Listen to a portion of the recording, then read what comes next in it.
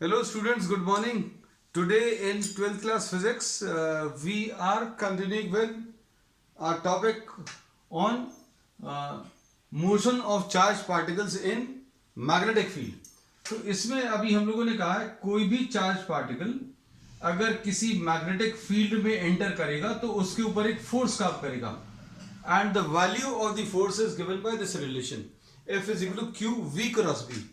और इसमें हम लोग ये कह सकते हैं that force is perpendicular to velocity. Force is always perpendicular to velocity and force is perpendicular to what the magnetic field. All these facts we have discussed, but we are having a quick revision of what we have already done. Force perpendicular to velocity है, मतलब force perpendicular to delta s by delta t लिख सकते हैं velocity को, मतलब force perpendicular to delta s।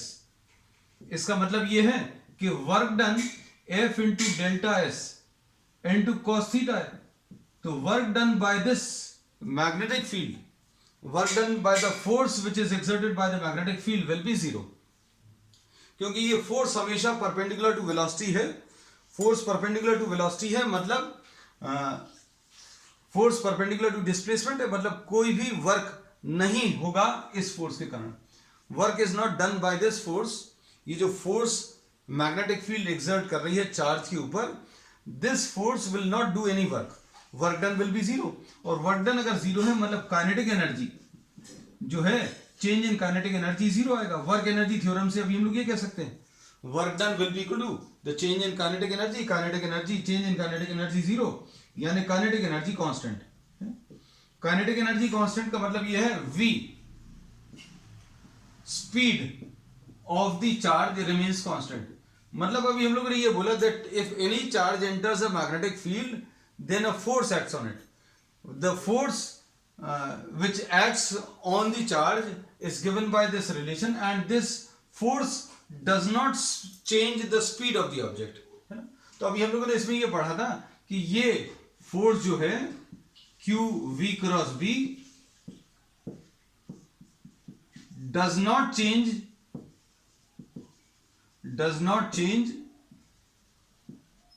the magnitude of velocity, but it changes only the direction. सिर्फ ये direction change करता है ना। तो ये अभी हम लोगों ने डिस्कस किया था। अब इसके बेसिस पर अभी हम लोगों ने तीन केसेस डिस्कस किए हैं, या तीन केसेस डिस्कस कर रहे हैं। इसमें पहला है case one, when theta is equal to 0 और थीटा इज इक्वल टू 180। इसका मतलब यह है कि जिस डायरेक्शन में मैग्नेटिक फील्ड है उसी डायरेक्शन में चार्ज एंटर कर रहा है। Q charge is entering in the direction of magnetic field, Q charge is entering the magnetic field in the direction of magnetic field. और सेकेंड केस इसमें इसी का दूसरा पार्ट कि मैग्नेटिक फील्ड इस डायरेक्शन में और कोई चार्ज इसमें opposite to the field enter कर रहा है विद अ वेलोसिटी v। इन दोनों ही केसेस में f की value q vb sin theta होता है, और since theta is equal to 0 in this case theta की वैल्यू 0 है, और इस केस में थीटा की वैल्यू 180। थीटा 0 क्यों? क्योंकि वेलोसिटी का डायरेक्शन और मैग्नेटिक फील्ड का डायरेक्शन सेम है। अब मैग्नेटिक फील्ड का डायरेक्शन और वेलोसिटी का डायरेक्शन ऑपोजिट है, मतलब थीटा की वैल्यू 180। थीटा की वैल्यू 0 हो या थीटा की वैल्यू 180, साइन थीटा की वैल्यू बच्चों 0 आएगी, है ना। तो हम लोग इसमें क्या बोलेंगे, फोर्स की वैल्यू विल बी 0। मतलब if a charge enters a magnetic field in the line of the magnetic field, कोई चार्ज अगर किसी मैग्नेटिक फील्ड में एंटर कर रहा है and it enters in line with the magnetic field, मतलब it may be in the same direction और it may be in the opposite direction, but the line of motion of the charge is same as the direction of the magnetic field, then force will be 0, मतलब कोई force act नहीं करेगा। ये पहला case था, है ना। फिर उसके बाद केस सेकंड बच्चों, केस सेकंड में अभी हम लोगों ने ये कहा कि अगर कोई चार्ज किसी मैग्नेटिक फील्ड में एंटर करेगा perpendicularly, theta is equal to 90 degree, theta is equal to 0 ले लिया, थीटा इज इक्वल टू 180 ले लिया, फिर थीटा इज इक्वल टू 90 लिया। अब थीटा इज इक्वल टू 90 अगर अभी हम लोग ले रहे हैं तो इसके लिए अभी हम लोगों ने क्या लिया, we are taking a magnetic field which is perpendicular to the paper and is inwards. ये एक यूनिफॉर्म मैग्नेटिक फील्ड रिप्रेजेंट कर रहा है which is perpendicular to the paper and inwards. अब इसमें suppose any charge enters the magnetic field, कोई charge इसमें perpendicular direction में एंटर कर रहा है, तो क्या होगा, सपोज ये ऐसा कुछ एंटर कर रहा है। अब हम लोगों को ये मालूम है कोई चार्ज अगर ऐसा कुछ एंटर कर रहा है तो fingers in the direction of magnetic field पहले ले लो, फिर उसको कर्ल करो, फिंगर्स को कर्ल करो टुवर्ड्स द मैग्नेटिक फील्ड। ये अभी हम लोगों ने बोला ये direction of motion of the charge और ये मैग्नेटिक फील्ड का direction, curl of the fingers pointing in the direction of rotation of V towards V. आपको डायरेक्शन अगर इस फोर्स का निकालना है तो क्या करना पड़ेगा, वेलोसिटी को मैग्नेटिक फील्ड की तरफ टर्न करो, वेलोसिटी को मैग्नेटिक फील्ड की तरफ टर्न करो और उसी डायरेक्शन में कर्ल ऑफ द फिंगर्स ले लो, है ना। आप ऐसा तो नहीं ले पाओगे, है ना। तो इसमें अभी हम लोगों ने बोला fingers in the direction of velocity और फिर उनको कर्ल करो इन the direction of magnetic field. Velocity को मैग्नेटिक फील्ड की तरफ रोटेट करें, वेलोसिटी वेक्टर को मैग्नेटिक फील्ड, ये वेलोसिटी वेक्टर है, ये मैग्नेटिक फील्ड है, तो आप वेलोसिटी वेक्टर को टर्न करो, वेलोसिटी वेक्टर को कहां की तरफ, अंदर की तरफ टर्न करो। क्यों, मैग्नेटिक फील्ड अंदर की तरफ है, तो जिस डायरेक्शन में ये रोटेशन आ रहा है उसी डायरेक्शन में आप कर्ल ऑफ द फिंगर्स ले लो। This will give you the direction of force. तो अब इसमें फोर्स ऐसा कुछ आएगा और ये force is always perpendicular to velocity, force are always perpendicular to velocity is only possible for a circular path, है ना। वेलोसिटी का direction always perpendicular to the direction of force will be possible only for a circular motion. तो अभी हमने बोला ये object जो है सीधा जा रहा था, इसके ऊपर ऐसा कुछ फोर्स लगा दिया तो इसका डायरेक्शन चेंज होगा और ये वेलोसिटी का नया डायरेक्शन आ गया। सिर्फ समझाने के लिए 2-3 जगह मार्क करेंगे। फिर इसमें फोर्स परपेंडिकुलर टू वेलोसिटी, अब ये ऐसा जा रहा था, हम लोग परपेंडिकुलर डायरेक्शन में इसको खींच रहे हैं तो ये ऐसा ना जाकर इसका डायरेक्शन चेंज हो जाएगा। अब इसमें ये ऐसा कुछ मूव कर रहा है, force is always perpendicular to velocity, force हमेशा परपेंडिकुलर टू वेलोसिटी एक्ट करेगा। फोर्स का डायरेक्शन ऐसा कुछ आ गया, फोर्स परपेंडिकुलर टू वेलोसिटी, फिर से डायरेक्शन चेंज होगा, मतलब this will start moving on a circular path. This we have discussed in detail in the previous class, है ना। आज अभी हम शॉर्ट में रिवाइज भर करा रहे हैं so that we are able to cover all the possibilities in today's class, है ना। तो अब हम लोगों ने इसमें ये बोला as soon as the charge enters the magnetic field, जैसे ही ये चार्ज मैग्नेटिक फील्ड में एंटर करेगा परपेंडिकुलर डायरेक्शन में, जैसे ही इसमें एंटर करेगा this will start moving on a circular path and the centripetal force required. अभी हमें यह मालूम है कि कोई भी ऑब्जेक्ट अगर सर्कुलर पाथ पर मूव करता है तो उसमें एक फोर्स चाहिए पड़ता है टुवर्ड्स द सेंटर, और ये force which is acting towards the centre is provided by QVB, है ना। तो force acting on the charge बच्चों कितना आ जाएगा, force acting on the charge due to the magnetic field,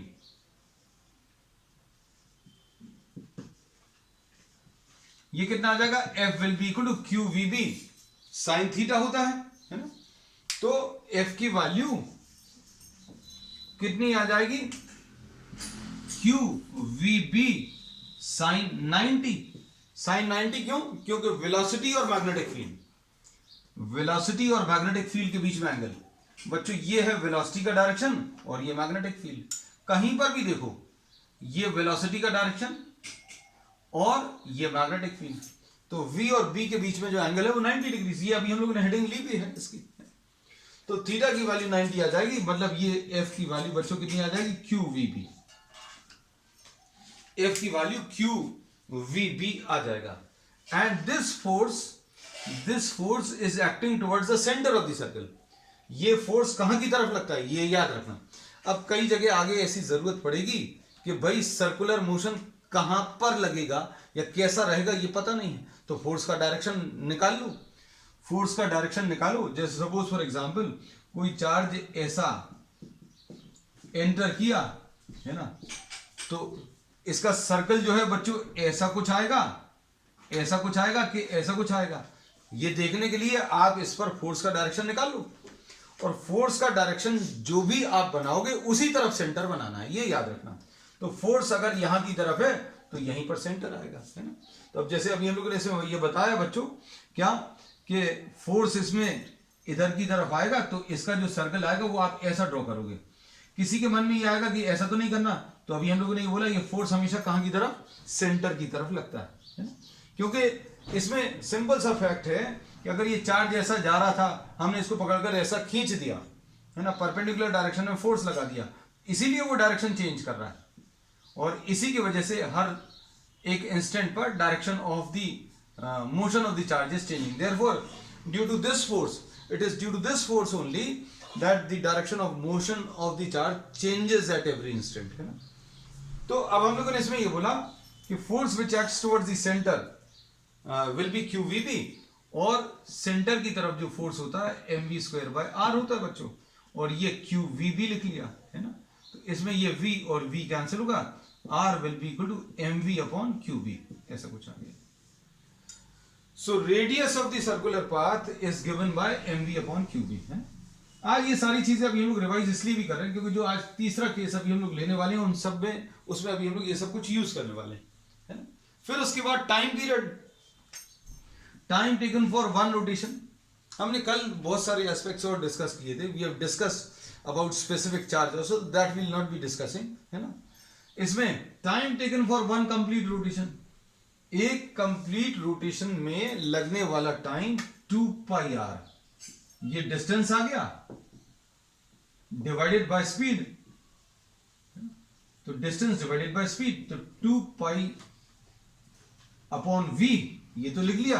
r की वैल्यू बच्चों M V upon Q B लिख लो, है ना। इसमें कैंसिल हो जाएगा 2 pi M upon Q B. तो इसमें एक और इंपॉर्टेंट फैक्ट पता चला था कि टाइम पीरियड जो है वेलोसिटी के ऊपर डिपेंड नहीं करता। ये चार्ज जैसे ही मैग्नेटिक फील्ड में एंटर करेगा, भले ही वो स्ट्रेट लाइन में मूव कर रहा था, लेकिन जैसे ही मैग्नेटिक फील्ड में एंटर करेगा ये सर्कुलर पाथ पर चलने लगेगा, और सर्कुलर पाथ की रेडियस कितनी होगी वो ये पता चल गई। कितना टाइम लगेगा एक सर्कल कंप्लीट करने में, ये इतना आ गया। ये स्पीड के ऊपर डिपेंड नहीं कर रहा। Time taken to complete one circle does not depend on the speed, है ना। ये बड़ा डाउटफुल सा पॉइंट लगता है, लेकिन अभी हम लोग ने इसको भी एक्सप्लेन किया था क्या, कि भाई अगर आप स्पीड बढ़ा दोगे तो टाइम कम लगना चाहिए, लेकिन टाइम तो उतना ही लगेगा। क्या होगा, स्पीड अगर आप बढ़ाओगे, v अगर आपने बढ़ा दिया तो रेडियस भी बढ़ जाएगा। मतलब ये छोटे सर्कल पर चल रहा था, ज्यादा स्पीड से अगर चलाओगे तो ये बड़े सर्कल पर चलेगा, लेकिन टाइम कैसा रहेगा, कांस्टेंट रहेगा। So all these aspects we have discussed yesterday. अब हम लोग आज जो ले रहे हैं, अब नेक्स्ट टॉपिक बच्चों आज का, this was a quick revision of all the facts that we had discussed in the last class, है ना। And this was necessary for the today's class because we will be discussing the third case of motion of the charge, and that is what, हम लोगों ने दो cases जो लिए बच्चों, कौन कौन से थे, देखो थीटा की वैल्यू 0 है और थीटा की वैल्यू 0, थीटा की वैल्यू 180, ये पहला केस था भैया। इसके कारण कोई भी फोर्स नहीं लगता। अगर कोई चार्ज किसी मैग्नेटिक फील्ड में थीटा इक्वल टू 0 पर एंटर करे या थीटा इक्वल टू 180 पर एंटर करे तो कोई भी फोर्स नहीं लगेगा, और कोई भी फोर्स नहीं लगेगा तो कोई इफेक्ट आएगा नहीं। फिर सेकंड केस अभी हम लोगों ने ले लिया, थीटा की वैल्यू 90 है। अब इसमें अभी हमने बोला थीटा की वैल्यू अगर 90 है तो इधर पर no effect of the magnetic field, लेकिन यहां पर क्या होगा, थीटा की वैल्यू अगर 90 है तो charge starts moving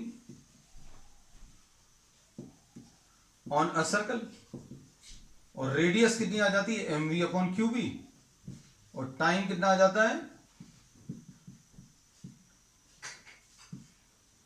2 pi M upon Q B है। अब इसके अलावा क्या केस बचता है बच्चों, Now the charge is entering third case. Third case, charge entering the magnetic field at some angle.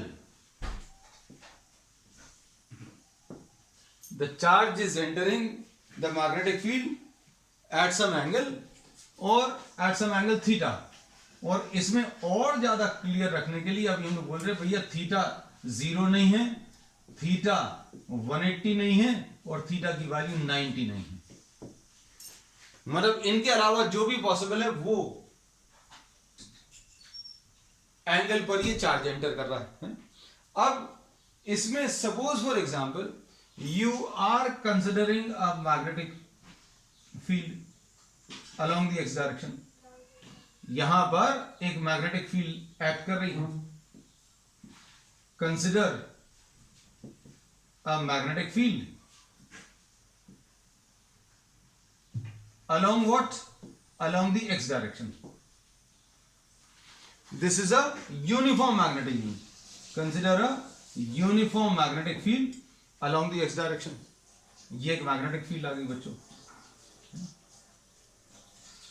अब इसमें अभी हम लोग ये क्या बोल रहे हैं, ये ऐसी कुछ मैग्नेटिक फील्ड है। अब यहां पर जो चार्ज एंटर कर रहा है इस मैग्नेटिक फील्ड में, ऐसा कुछ एंटर कर रहा है, वेलोसिटी का ऐसा कुछ डायरेक्शन है। This is the Q charge. अब वेलोसिटी और मैग्नेटिक फील्ड के बीच में बच्चों एंगल जो है ये थीटा आ जाएगा। अब ये वाला केस अभी हम लोग स्टडी करेंगे। अब इसमें अभी हम लोग ये कहते हैं कि to find out what will actually happen to this charge, we can break this velocity और we can break this velocity into its two components. मतलब आप इसके कंपोनेंट्स निकाल लो। दो कंपोनेंट्स बच्चों क्या आ जाएंगे, इसके दो पार्ट्स कौन से आ जाएंगे, एक तो ये आ जाएगा इस डायरेक्शन में v cos थीटा, इसको अभी हम लोग v पैरेलल बोल दे रहे हैं। v पैरेलल क्यों, क्योंकि this component is parallel to the magnetic field. और इसमें ये वाला अब दूसरा कंपोनेंट ले रहे हैं। This is the perpendicular component. ये जो कंपोनेंट है ये परपेंडिकुलर कंपोनेंट है और ये perpendicular component v sin theta आ गया। So these are the two components. The parallel component v parallel is the component parallel to the magnetic field और v perpendicular is what, perpendicular to velocity component perpendicular to the magnetic field। अब components में break करने से फायदा क्या है, components में break करने से ये फायदा है बच्चों कि इसके बारे में पढ़ चुके हैं। Motion of the charge, motion of the charge along the field, ये पहला केस पढ़ चुके हैं। अब ये वाला भी पढ़ चुके हैं। ये कौन सा वाला है, इसमें अभी हम लोग बोलेंगे, ध्यान से देखना। This is velocity perpendicular to the magnetic field, ये दूसरा वाला case. So now this third case becomes what, a combination of first and second case. अब क्या होगा, इसके कारण तो कोई चेंज नहीं आता। Due to v parallel no force is exerted by the magnetic field. Magnetic field को अभी हमने m और f लिख दिया है ना, जगह नहीं है वहां। ड्यू टू v पैरेलल के कारण कोई फोर्स एक्सर्ट नहीं करेगा, ये अभी हम लोग पढ़ चुके हैं। अब इसके बाद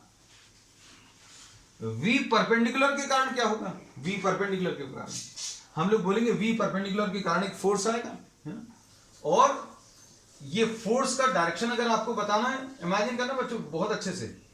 अब हम सिर्फ इस वाले को डिस्कस कर रहे हैं।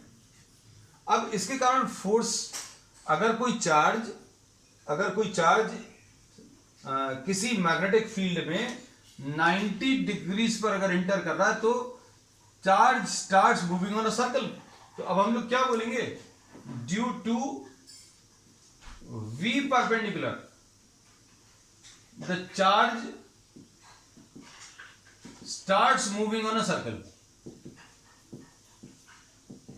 अब भैया सर्कल कैसा रहेगा, उसका सेंटर कहां होगा, है ना। तो अभी हमने बहुत सिंपल तरीका बताया है ना, सर्कल का सेंटर बनाने का तरीका अभी हमने आपको बताया। पहले तो फोर्स का डायरेक्शन निकाल लो। अब फोर्स का डायरेक्शन अगर निकालना है, मान लीजिए आपको चीजें याद नहीं रहती, तो ये रिजल्ट याद रखो, क्या कि आप वेलोसिटी को मैग्नेटिक फील्ड की तरफ रोटेट करो। तो वेलोसिटी कौन सी वाली लेनी है बच्चों, ये वाली। इस वेलोसिटी को मैग्नेटिक फील्ड की तरफ रोटेट करो, ये वेलोसिटी है बच्चों, और ये मैग्नेटिक फील्ड की तरफ रोटेट करो। तो जिस डायरेक्शन में ये रोटेशन आ रहा है, जिस डायरेक्शन में ये रोटेशन आ रहा है, वेलोसिटी को मैग्नेटिक फील्ड की तरफ रोटेट करने में, v को b की तरफ रोटेट करने में, जैसा भी रोटेशन है वैसे ही रोटेशन में उसी डायरेक्शन में आप फिंगर्स को कर्ल कर दो, है ना। अब फिंगर्स को कर्ल करने में वेलोसिटी को मैग्नेटिक फील्ड की तरफ, वेलोसिटी को मैग्नेटिक फील्ड की तरफ रोटेट किया और उसी डायरेक्शन में फिंगर्स को कर्ल कर लिया। तो अब फोर्स कैसा आएगा बच्चों, force acting on the charge, on the charge is perpendicular to paper and inwards। ये कैसा फोर्स लगेगा, perpendicular to the paper and inwards। हम पेपर लिख रहे हैं, आपके हिसाब से, हमारे हिसाब से अगर बोलें तो board, force will be acting perpendicular to the board and inwards, है ना, ऐसा कुछ फोर्स आएगा। अब फोर्स का डायरेक्शन अगर पता चल गया, तो जिस डायरेक्शन में फोर्स है उधर की तरफ सेंटर होगा। मतलब अभी हम लोग ये बोलेंगे बच्चों, ध्यान से देखना, इसके ऊपर अंदर की तरफ फोर्स लगेगा, मतलब इसका सर्कल ऐसा कुछ आएगा, मतलब बोर्ड के पीछे की तरफ जाएगा इसका सर्कल, है ना। तो अभी हम लोग इसमें बोलेंगे this will be the type of circle, है ना। तो अब हम लोग इसमें ये पता चल गया कि इसके कारण due to V perpendicular the charge starts moving on a circular path. और इसके कारण क्या होगा, इसके कारण no force acts on it, कोई फोर्स नहीं लग रहा, लेकिन ये जैसा चल रहा था, अगर कोई फोर्स नहीं लग रहा मतलब जैसा चल रहा था वैसे ही रहेगा। अगर फोर्स लग रहा है तो क्या होगा, उसकी वेलोसिटी चेंज होगी। वेलोसिटी चेंज होने में हमें पता है मैग्नीट्यूड ऑफ वेलोसिटी तो चेंज नहीं होती, लेकिन डायरेक्शन चेंज होता है, और डायरेक्शन चेंज के कारण ये सर्कुलर पाथ पर चलने लगता है। तो इसके कारण ये सर्कुलर पाथ पर चलेगा, लेकिन इसके कारण ये राइट की तरफ मूव करेगा। और ये दोनों ही टाइप के मोशन अगर हो रहे हैं, अच्छे सुनना बच्चों, अगर ये दोनों ही टाइप के मोशन अगर हो रहे हैं तो क्या होगा, ये सर्कल पर भी मूव करेगा और राइट की तरफ भी मूव करेगा। तो सर्कुलर पाथ तो रहेगा, और इसके कारण सर्कल जो है राइट की तरफ शिफ्ट होता जाएगा, है ना। तो इसमें क्या बोल रहे हैं बच्चों, ये बहुत इंपॉर्टेंट है, due to V perpendicular the perpendicular component. हमने बोला दोनों टाइप के मोशन कंबाइन हो रहा है, ये वाली वेलोसिटी और ये वाली, due to V perpendicular charge moves on a circle.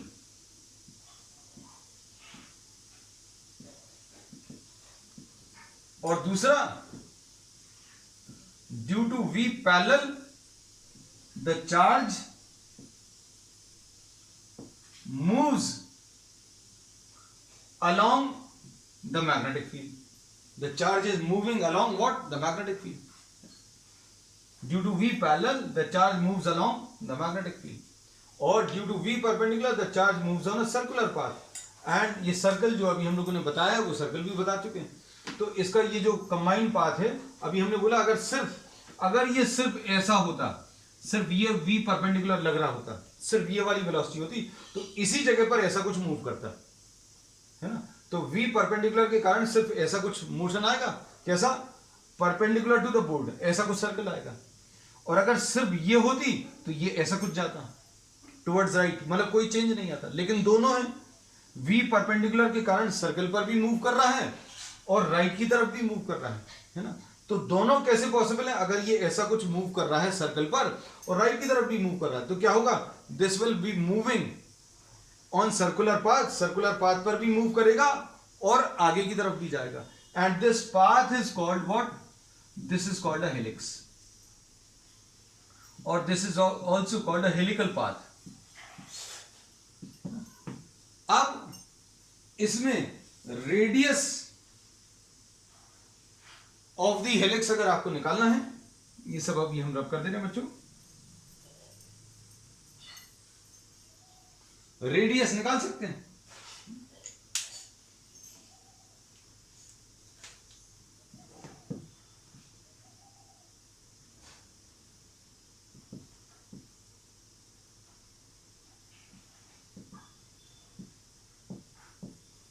Radius of the circular path or the radius of the helix,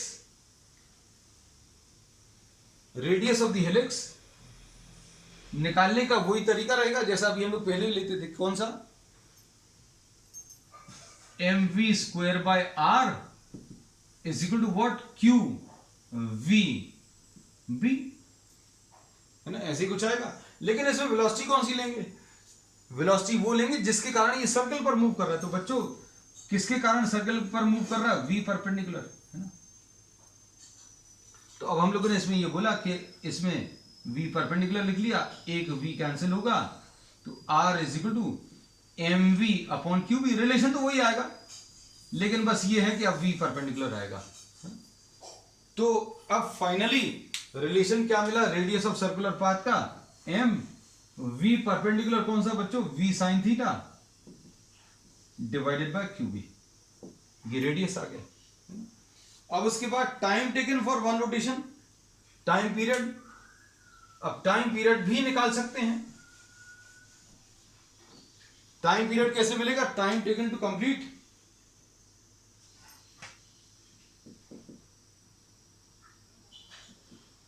to pi R divided by v, तो ये कितना आ जाएगा, 2 पाई, r की वैल्यू बच्चों कितनी थी, mv परपेंडिकुलर अपॉन qb, ऐसा कुछ है, और ये v परपेंडिकुलर है तो ये कैंसिल होगा, तो 2 पाई m अपॉन qb। इसमें भी time taken is independent of the speed, time taken is independent of the speed. मतलब अगर आप स्पीड बढ़ाओगे तो क्या होगा, if the speed is increased, if speed is increased then radius increases but time remains same। अब इसके बाद फिर नेक्स्ट है बच्चों, इसमें टाइम आ गया, उसके बाद पिच ऑफ द हेलिक्स, हाँ ये एक इंपॉर्टेंट टर्म है। नेक्स्ट है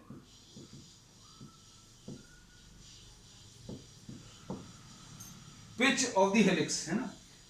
अब इसमें अभी हम लोग ये कहते हैं the distance, the linear distance travelled in one rotation is called pitch. अब ये लीनियर डिस्टेंस मतलब अलोंग द लाइन कितना डिस्टेंस ट्रैवल हो रहा है एक रोटेशन में। अगर इसने पूरा एक रोटेशन लिया तो एक रोटेशन लेने में अगर मान लीजिए यहां से चलते हुए एक रोटेशन यहां पर आए तो ये पिच आ जाएगी। तो पिच अभी हम मार्क करके दिखा दे रहे हैं। एक रोटेशन कंप्लीट करने में ये कितना लीनियर डिस्टेंस ट्रैवल कर रहा है उसको पिच बोलते हैं, है ना, इज कॉल्ड पिच। अब पिच कैसे निकालेंगे, पिच निकालने के लिए ये वाला डिस्टेंस है तो यही वाली वेलोसिटी लेनी पड़ेगी। और पिच कैसे मिलेगा, ये वाली velocity v parallel into time.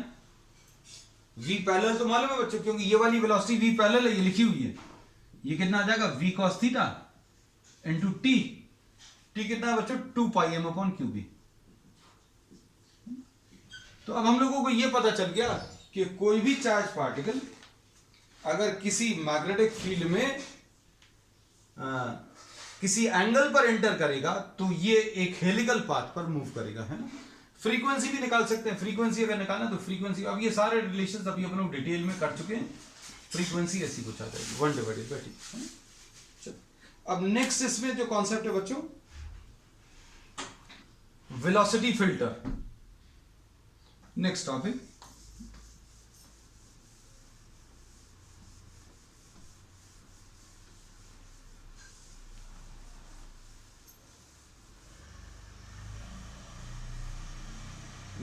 है बच्चों वेलोसिटी सिलेक्टर। वेलोसिटी सिलेक्टर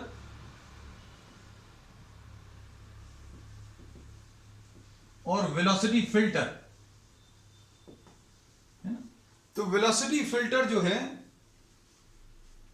किसी बीम ऑफ चार्ज पार्टिकल्स से, अच्छे सुनना, if you have to separate a charge particle of some particular velocity from a beam or collection of moving charge particles, अगर आपके पास बहुत सारे चार्ज पार्टिकल्स किसी source से निकल रहे हैं, अलग अलग वेलोसिटी से निकल रहे हैं, और आपको मान लीजिए उसमें से 10 मीटर्स पर सेकेंड वेलोसिटी वाले पार्टिकल्स को अलग करना है, तो उसके लिए सिलेक्टर का यूज करते हैं ना, नाम ही है इसका सिलेक्टर, है ना। तो किसी एक पर्टिकुलर वेलोसिटी के चार्ज पार्टिकल्स को सिलेक्ट करने के लिए इस वेलोसिटी सिलेक्टर का यूज करते हैं, है ना। सिंपल सा कॉन्सेप्ट है। तो अब इसमें क्या बोलेंगे,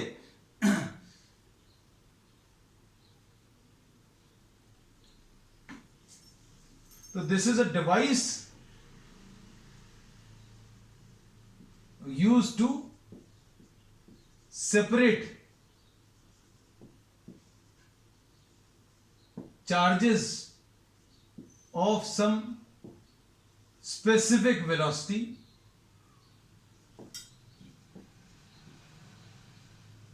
from a group of charged particles, group of moving charged particles, group की जगह बीम लिख दे रहे हैं, ठीक है। अब इसमें करने क्या वाले हैं, ध्यान से सुनो, बहुत सिंपल सी चीज है, बहुत सिंपल कॉन्सेप्ट है। इसमें आपने क्या किया, यहां कहीं पर सोर्स है, this is the source of charge particles, है ना। अब ये क्या सोर्स है बच्चों, इससे अभी हमें मतलब नहीं है, but suppose this is sending out positive charges, ये कुछ पॉजिटिव चार्जेस दे रहा है, source of positive charge particles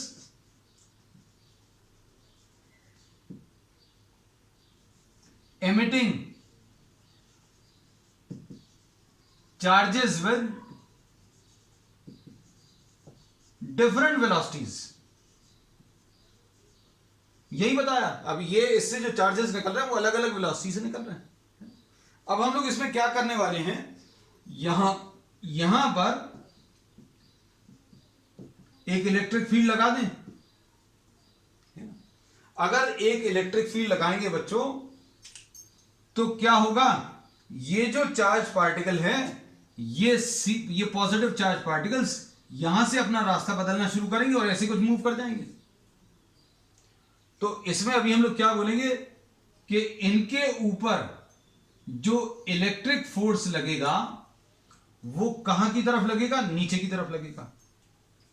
and electric force will be equal to what, Q into E, where E is the electric field।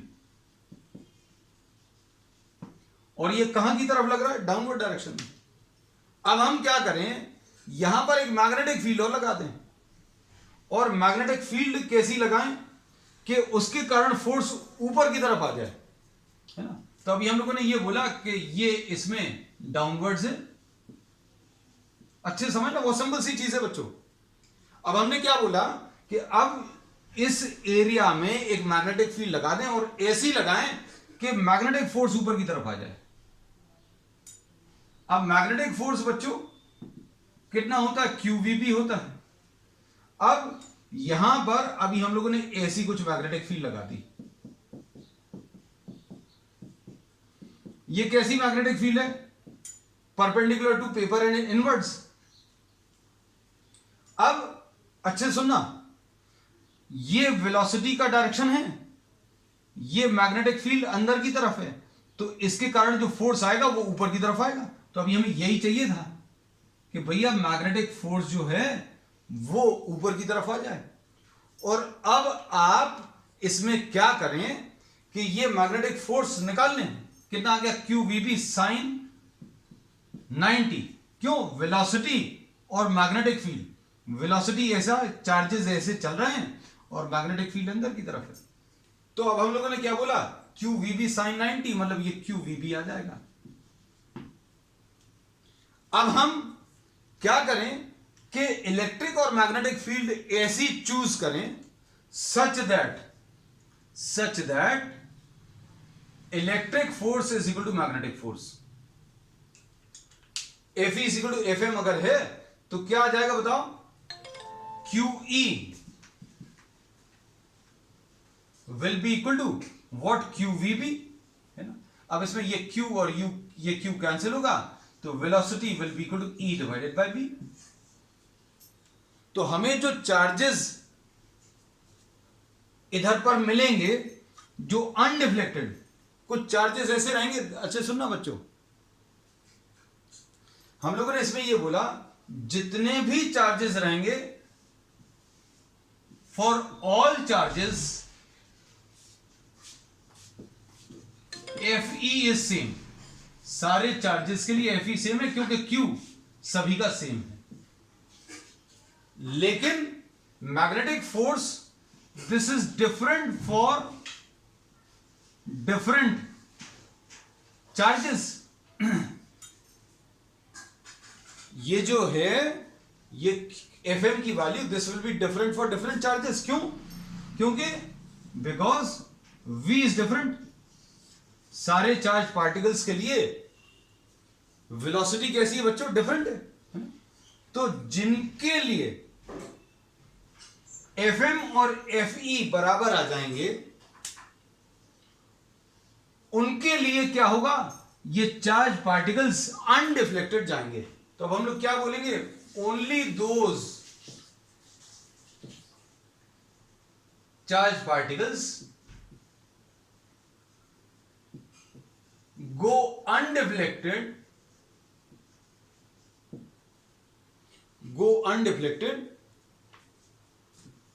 for which Fe is equal to Fm और velocity is equal to E divided by V। सिर्फ ये वाले charge particle जिनकी velocity कितनी है? E divided by V, वो undeflected जाएंगे। बाकी सबका क्या होगा? जिनकी वेलोसिटी इससे ज्यादा है, जिनकी वेलोसिटी, ऐसे चार्ज पार्टिकल जिनकी वेलोसिटी ज्यादा है, उनके लिए मैग्नेटिक फोर्स ज्यादा आएगा, मतलब वो ऊपर की तरफ डिफ्लेक्ट होंगे। तो यहां पर ऊपर की तरफ कौन से आएंगे? जिनकी वेलोसिटी ग्रेटर देन ये वाला V है। और नीचे की तरफ कौन से आएंगे? जिनकी velocity is smaller than the V given by this relation। और वेलोसिटी अगर E अपॉन B के बराबर है तो सिर्फ वही charge particles will go undeflected. तो अब इसका यूज क्या है बच्चों?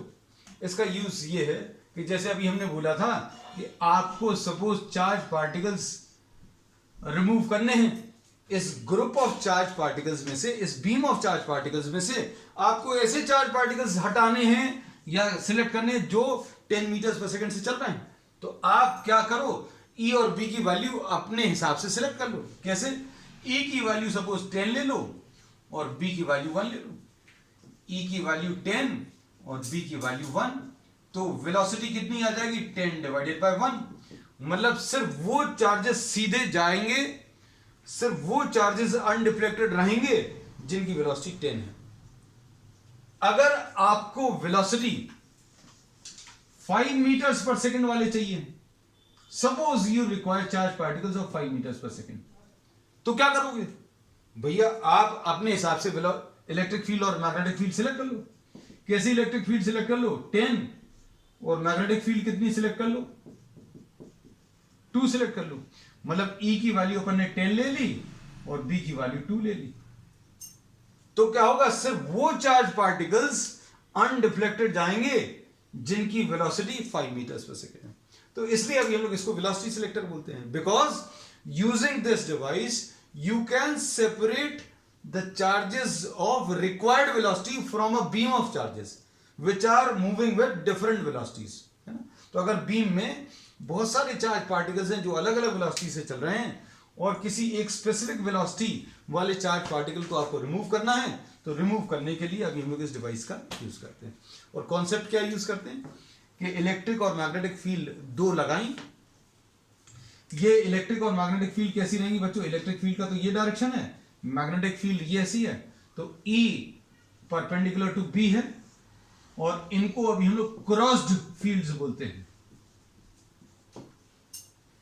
और इलेक्ट्रिक और मैग्नेटिक फील्ड एक दूसरे के परपेंडिकुलर लगाई और उनमें से चार्ज को चलाया। और इलेक्ट्रिक फील्ड और मैग्नेटिक फील्ड कैसी लगाई वो अभी हमने तरीका बता दिया है कि भाई 5 मीटर पर सेकंड चाहिए तो आप E को 10 और B को 2 ले लो, या फिर आप इसमें 5 जैसे भी बनाना हो आपको, जैसे सपोज फॉर एग्जांपल आप इसमें 5 और 1 ले सकते हो, मतलब इलेक्ट्रिक फील्ड 5 ले लो, B की वैल्यू 1 ले लो, है ना। So you can remove the charges of required velocity from this group of or beam of moving charges, है। चलो बच्चों आज के लिए इतना ही। We will continue with the other topics on the next time. That's all for today.